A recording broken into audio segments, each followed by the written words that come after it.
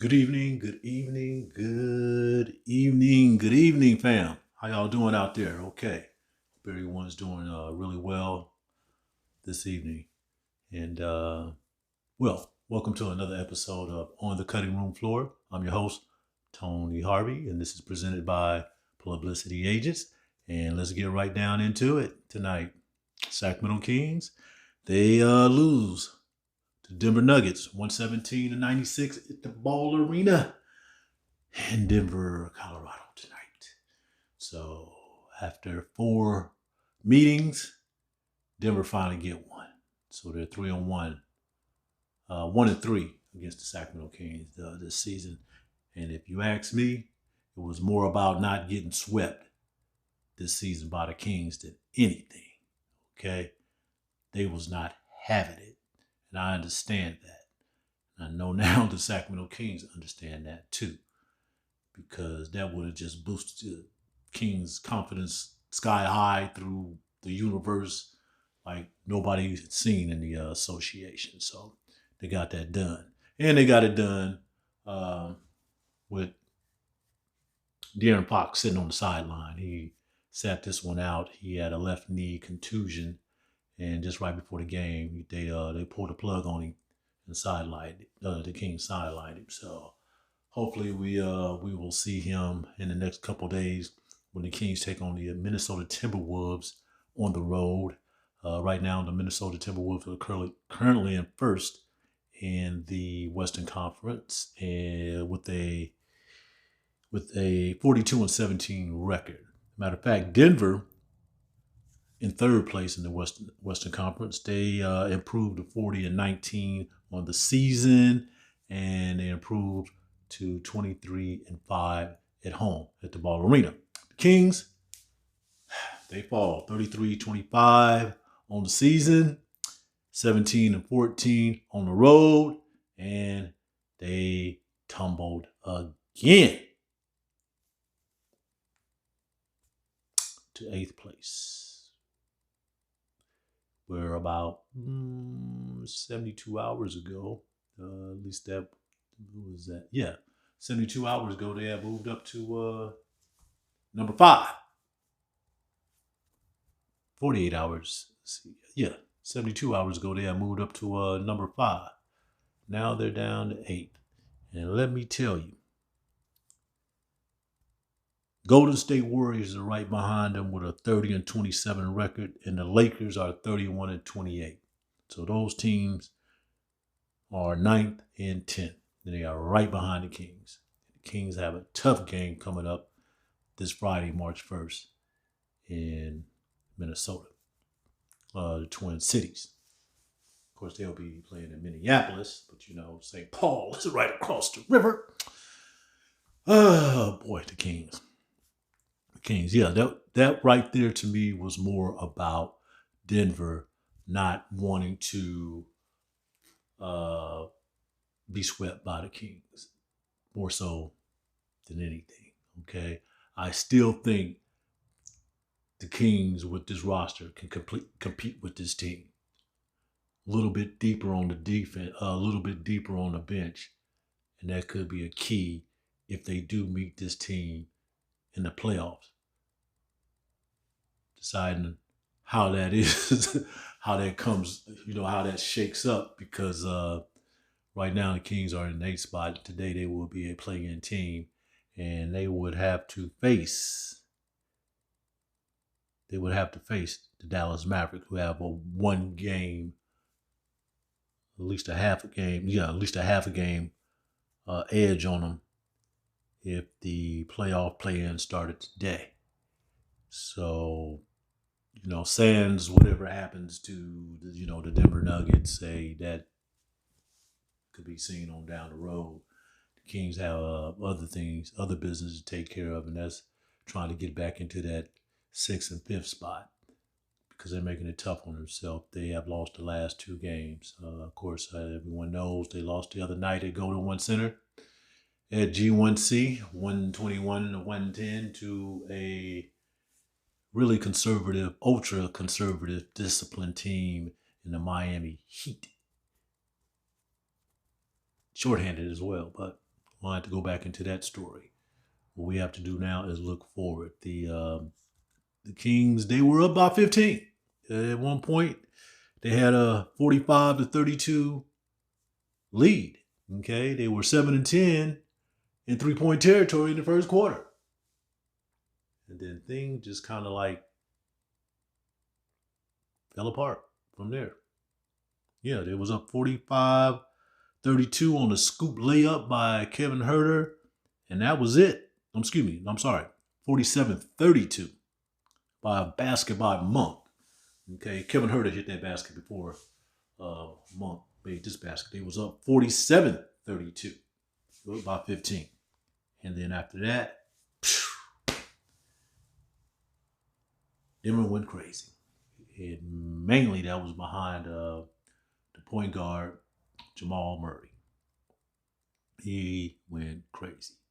So the next thing I know, by the end of the third quarter, because once the Denver Nuggets regained the lead, they were up 65-55 at the half. But that didn't stop right there. Okay, their motor was still humming, at halftime. They was ready to get rev it up, to start the third quarter, which they did. So by the end of the third quarter, Denver were up 172. But at that point, they had outscored the Kings 71-25. And I'm going all the way back when the Kings were up 47-32. They outscored them 71-25. And the fourth quarter wasn't much of anything anyway. I think the only exciting thing that happened, Chris Duarte, he scored 18 points tonight. He had a nice night. And DeMontis was out for a few minutes, and then they put it. Mike Brown put most of the starters back in, and then DeMontis was able to, continue his double-double streak. I think it's now at 41 on the season. I'm losing track of that number, though, boy. Every time I turn around, he extending this lead, though. So the franchise record is now at 41, and it's owned by Domantas Sabonis. But yeah, it was just one of those type of nights. I think Denver was up at least by the most 31 points. They had a 31-point margin in this game. So that's how it went in the Mile High City tonight. Sacramento Kings fall 117-96. There was no De'Aaron Fox. Keegan Murray, he got him started. He had what do you have? He had 21 points, 4 rebounds, 1 steal in 33 minutes. He was 9 for 17 shooting from the field, 3 for 7 in 3-point territory. He didn't even go to the free throw line. But the thing about that, 3 for 7 in the first half, he was 3 for 4. So he missed all 3 of his shots from 3-point territory in the second half. Matter of fact, they were, like I had mentioned, they were 7 for 10 in the first quarter. And then from there, what did they do? Okay. Yeah, they were 7 for 10 in the first quarter. And then they were 5 for 25 from there on out after that period. I think they missed like 9 or 10 straight threes at that point. So they were living and dying, by those 3-point shots.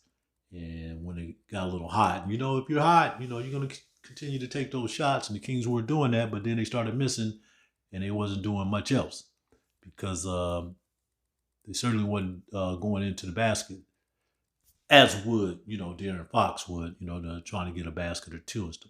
That just never happened. So, and we all know that Denver plays some pretty good defense. They had a full squad tonight.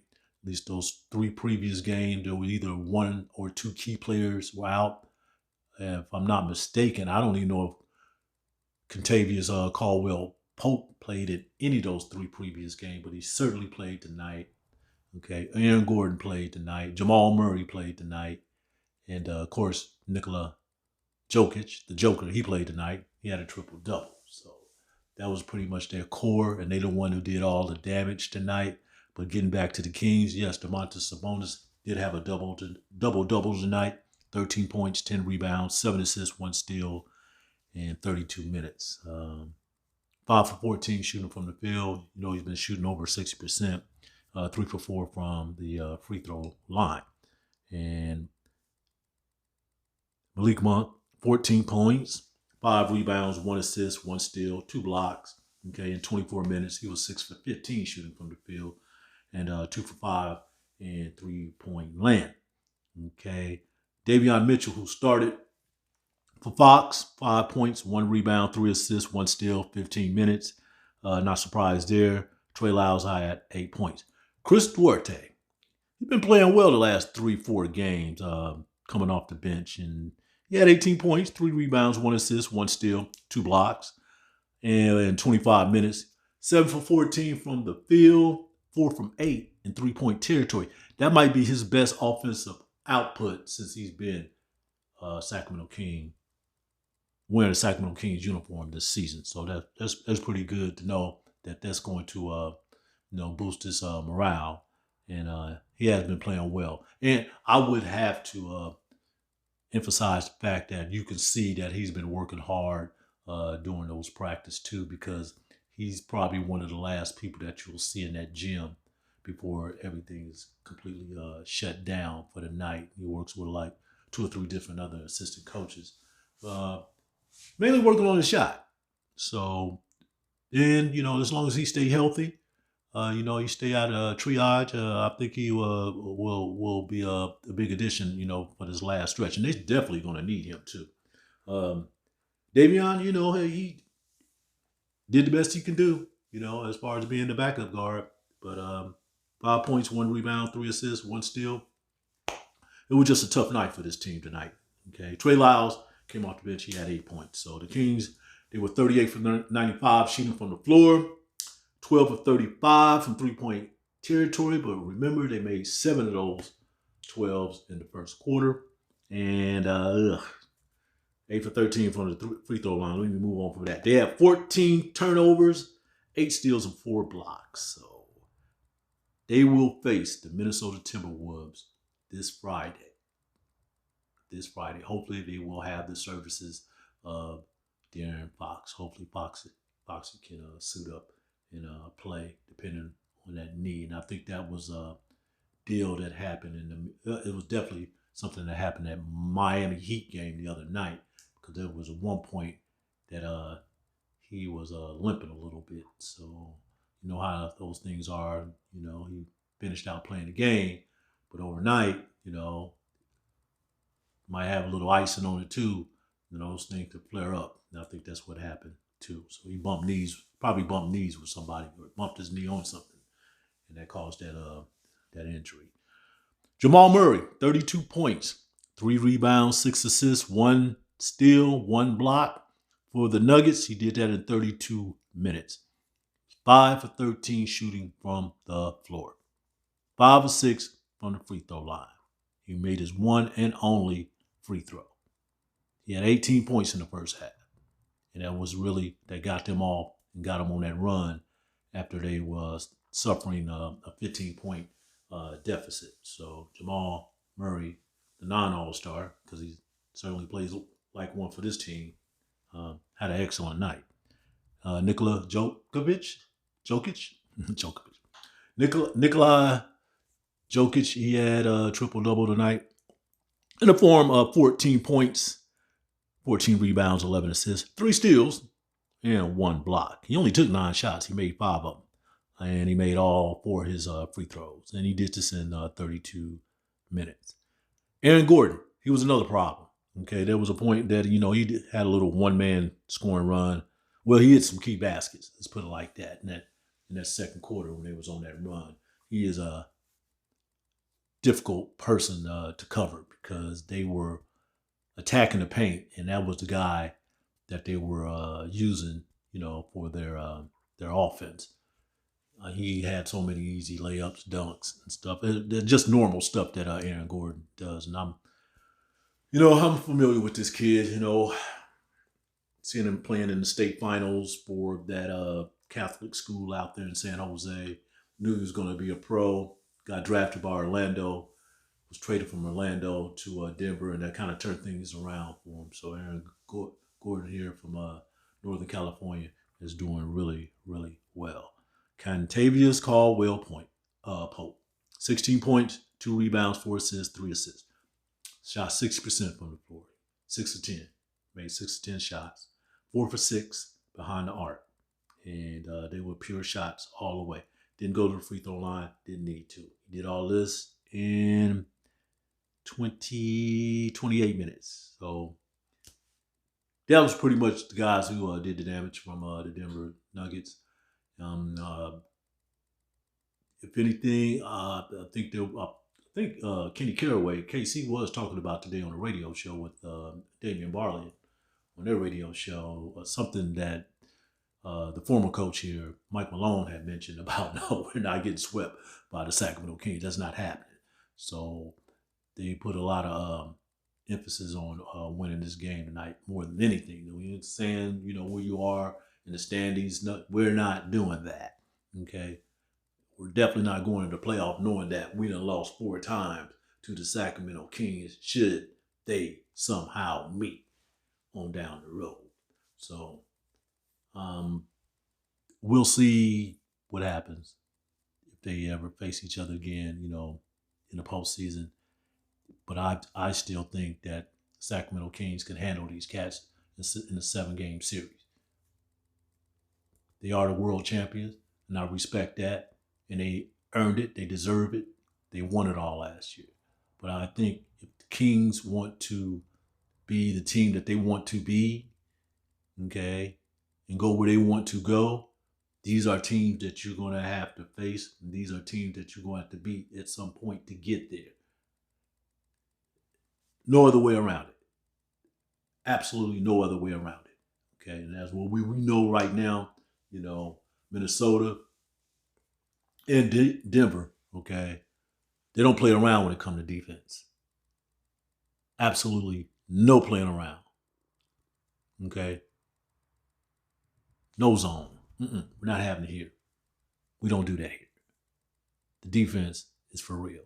So if you want to be that team, if you meet either one of these teams, Minnesota, whatever, those top 4 teams. Oklahoma City too, which you have handled, a couple times already, but hey, defense. And where I'm getting at, the Kings defense was really not running properly tonight. Okay? Because they was letting those threes fly. What was it? They hit the Nuggets 15 to 35, so they shot 42%. But it was still like some little easy. It wasn't like a lot of people was in there. I think there was one time I seen somebody in their face. Keegan was trying to defend Caldwell Pope. He had his hand in his face, but Caldwell Pope, knocked that one down. But the rest of them looked pretty much with ease. So they have to, they know this problem. You have to go ahead and lock down on those threes and make it difficult for these opposing teams. But anyway, okay, the Kings fall to the Nuggets, 117-96. Now their overall record is 33-25 and 17-15 on the road. And they will have one more on the road in Minnesota. It's going to be a tough game before they return back here to Sacramento March 4th to face the Chicago Bulls. It's going to be a tough game, probably. So that's where we're going to start. I'm not going to go too far into this because I do want to come back Friday and share some more of these digital commentary with you. And I will do just that. And I do want to thank you for tuning in. Please hit that like button and subscribe. This is my first year doing this, and I guarantee it's going to get better, a lot better. I'm thinking about changing the studio here. Here I call this Black Magic Ink Studios. I'm going to change this up, probably going in the next season, but we're getting there. Okay, and this is for the NBA, and this is definitely for the Sacramento Kings fan. And I telecast from the Greenhaven pocket area. And